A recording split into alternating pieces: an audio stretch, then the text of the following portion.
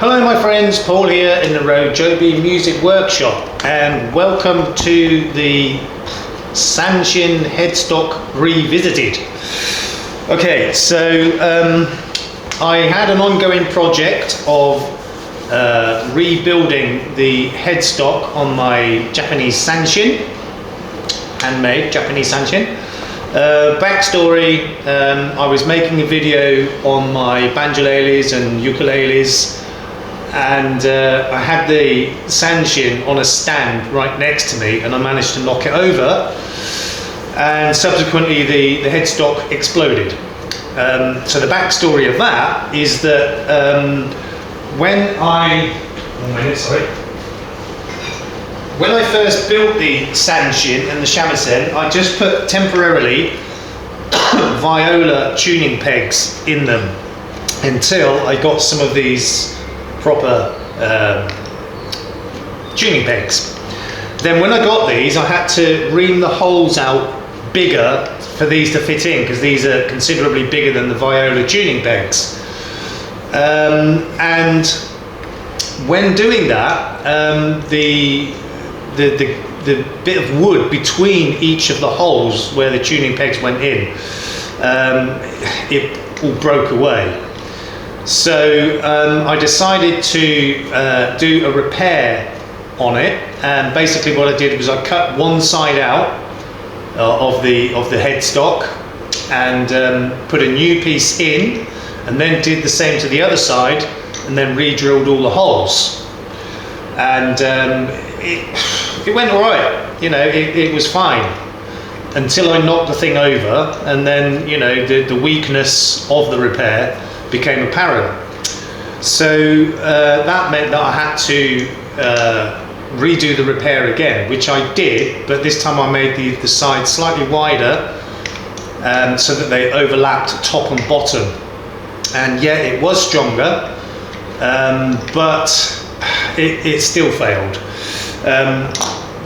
Once I was, you know, starting to ream the holes out for the tuning pegs, this is what happened. This piece broke away, and I just gave up. I thought, you know, I could repair that, but it's never going to be as strong again, and that's not even the weakest part. You see the size of the bits of wood between the holes there, then compare them with that side, these are even smaller, so it was just going to happen again. The wood that I used wasn't really strong enough, and as you can see, it failed, and the headstock is no longer attached to the neck. So I did say during that video series, during the rebuilding of this headstock, that it could fail again, and if it did, I was going to build a completely new headstock from scratch, which is clearly what I'm doing now. So yeah, so this repair, you know, it's failed again. It's no good. The wood that I used for this, although it seems strong, it just, the way it's constructed by, you know, gluing pieces of wood together, it does lack strength. So I did say that it might fail again, and if it did, I'd have to make a new headstock, and that's exactly what I'm doing now. So as you can see, I've cut this headstock off along that angle where it joined, and I did have it secured in with a couple of steel pins, tacks if you like, and that was more really just to locate it in the right position. But I subsequently sawed the head off, because I'm going to make a new one. So I said at that time, at the end of that video series, that I had two types of wood that I could use. One of them was the same wood that I've redone the repairs with, so I decided against that idea. It's clearly not strong enough. And the other piece of wood I had was an unknown redwood species of wood, and I've used this wood before for several different projects, so I know it is strong, and it's not easy to work with because of its strength and its hardness, but that being said, it's obviously more suitable for this kind of thing. So and I said that, you know, I may or may not use one of those pieces of wood, and the alternative was to wait and see if I could get a better piece of wood. Well, and many of my regular viewers will know I don't like waiting. It's not something I'm good at. So I've decided to go ahead with making the new headstock, and I have actually made a start, and I've used that piece of unknown species or origin of red wood. So let me show you where I'm at right now. So obviously the old headstock has been cut off, and this is the neck of the Sanshin, and dun dun dun. So I've got that piece of redwood stuck on here. So a little bit of a close up to see what I've done. So, you know, I've cut this thing more or less on the same angle as that, but as you can see, we've got some tilt back here, which is standard for guitars and things like that, acoustic guitars, that kind of thing. Not for these normally, but I prefer to have this to make sure we've got, you know, where the strings come over the nut here and then go up to the tuning pegs, we've got, you know, good downward tension. As I said, these instruments traditionally don't have this angle back. It's straight, and in fact the shamisen that I've built is like that. It is completely straight, and it works fine, and it looks authentic. But personally, I prefer to have this angle, and you can see it's fairly shallow angle. It's not, you know, straight down like that. It's quite subtle, but it's enough to make sure we get some decent downward tension across the nut. So I cut the piece of wood on more or less the same angle, a couple of degrees more or less, I'm not sure. But anyway, to get that angle. And I've also, as you can see, glued another piece on the back. I didn't really want to do that, but this wasn't quite deep enough, and that's to get this bit here. So, you know, once I finish making it, there is going to be a join across this part here, which will be a weak point, to be fair, and if it ever does get knocked over again and it lands on that, it might break off. But as I said, this piece of wood wasn't quite deep enough this way to allow for that, so I have joined this, or I have glued this extra piece on the back to do that.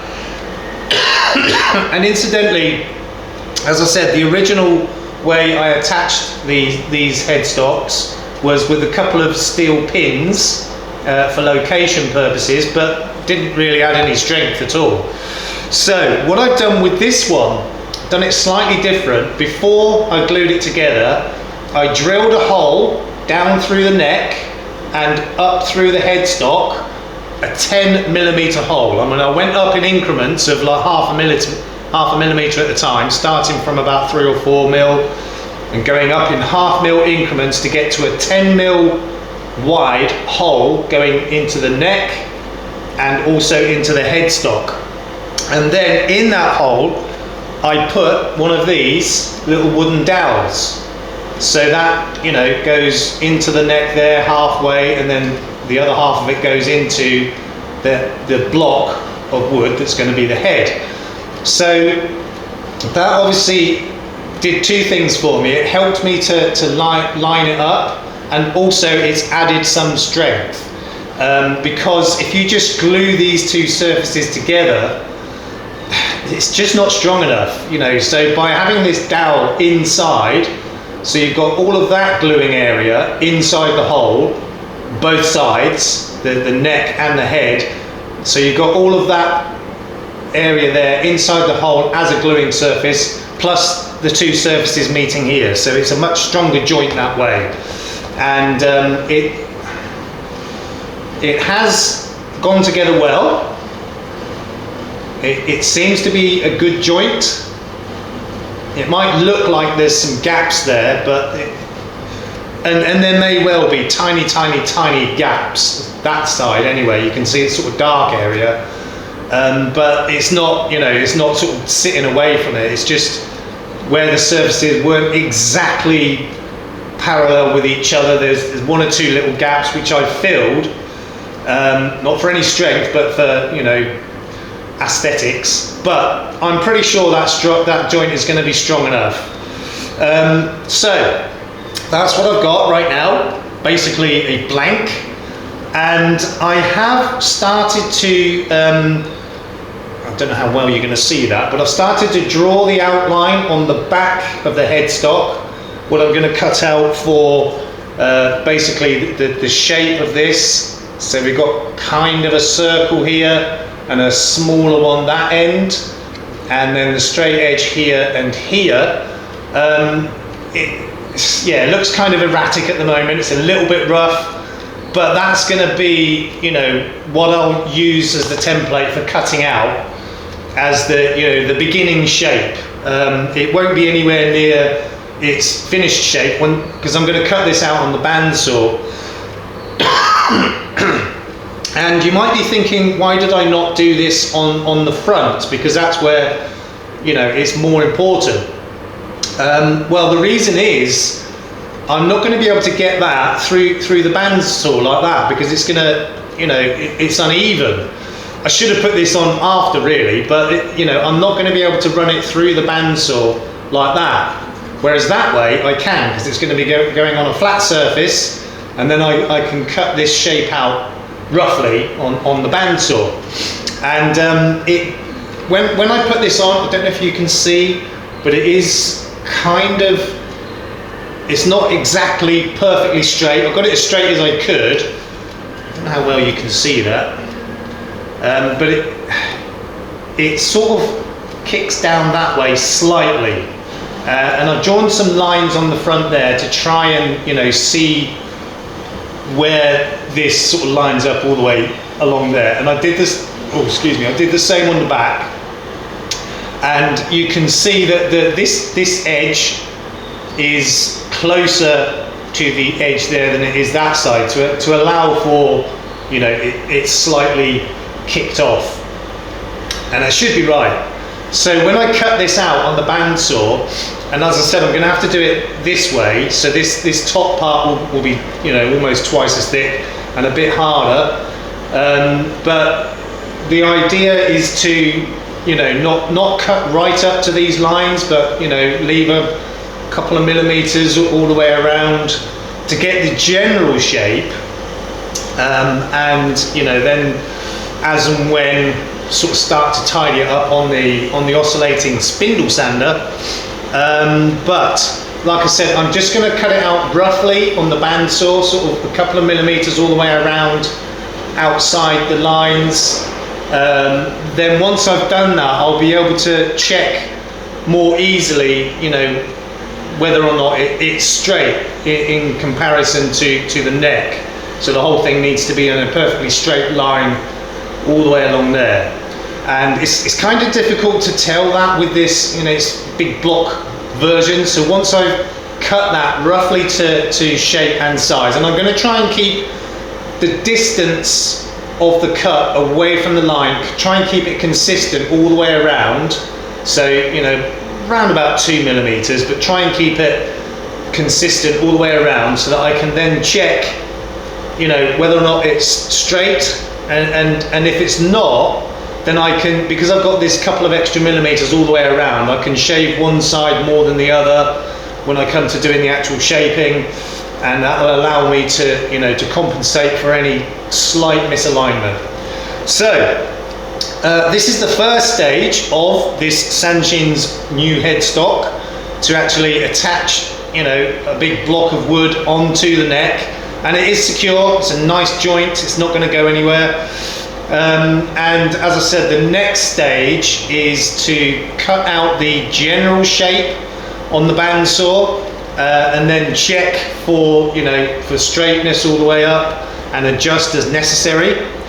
And I'm not going to do any of the final shaping, you know, around this edge at this stage, because I've got to first of all cut out, you know, this shape I've got to cut that shape out first and get that somewhere in the ballpark, and then I'm going to have to cut this profile afterwards.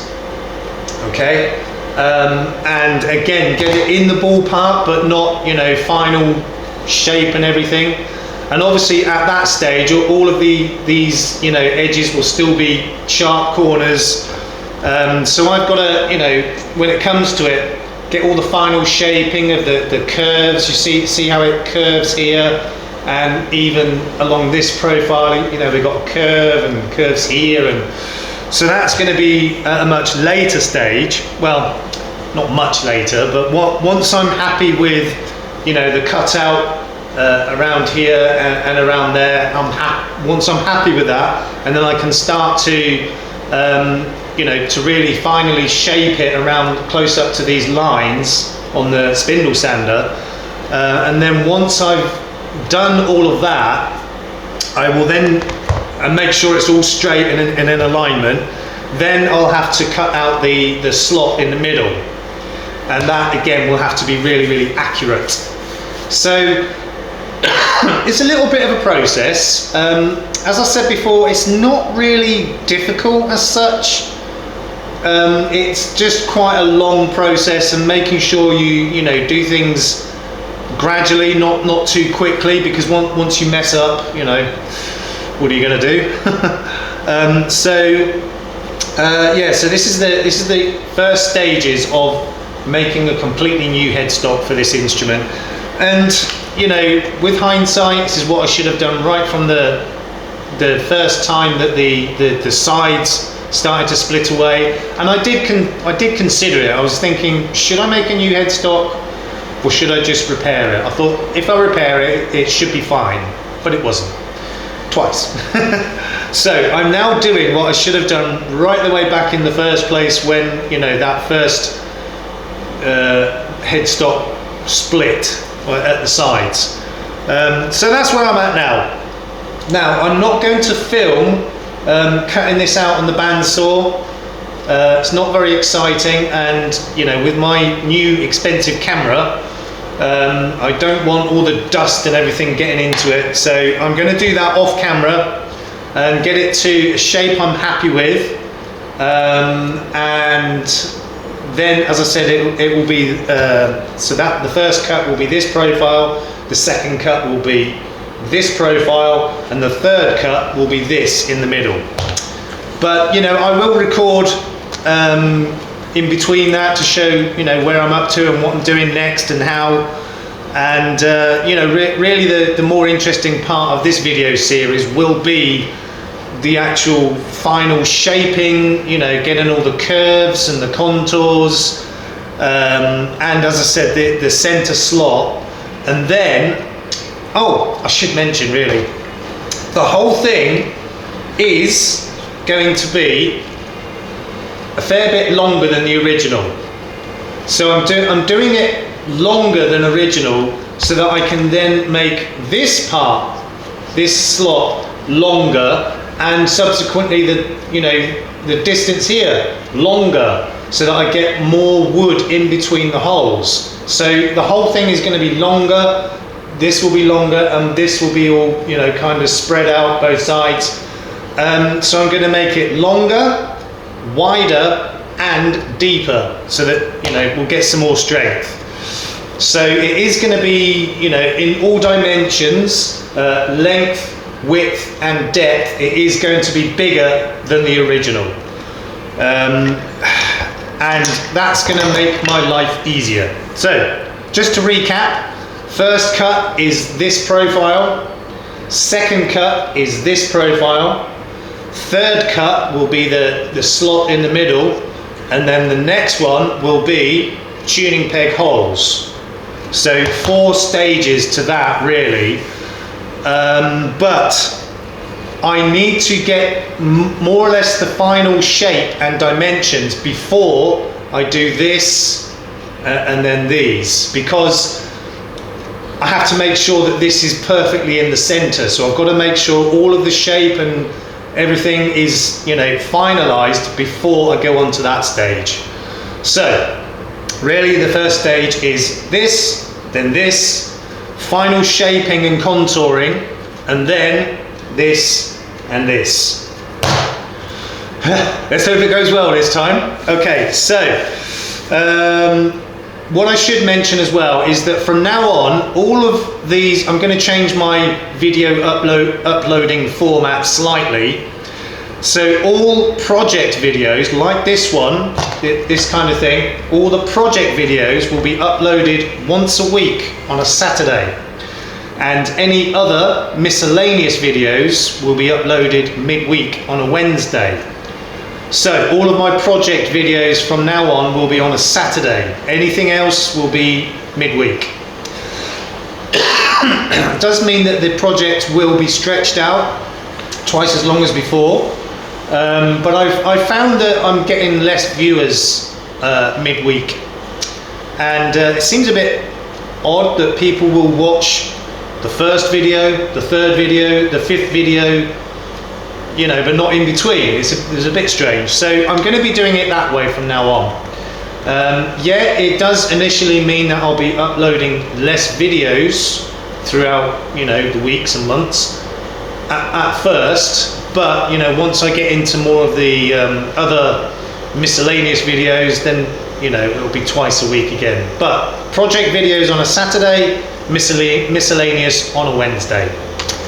So part 2 will be coming soon, which will be having cut out this shape and got it more or less where I want it, and we will go forward from there. So in the meantime, please look after yourselves, look after each other. We will see you soon. Peace out.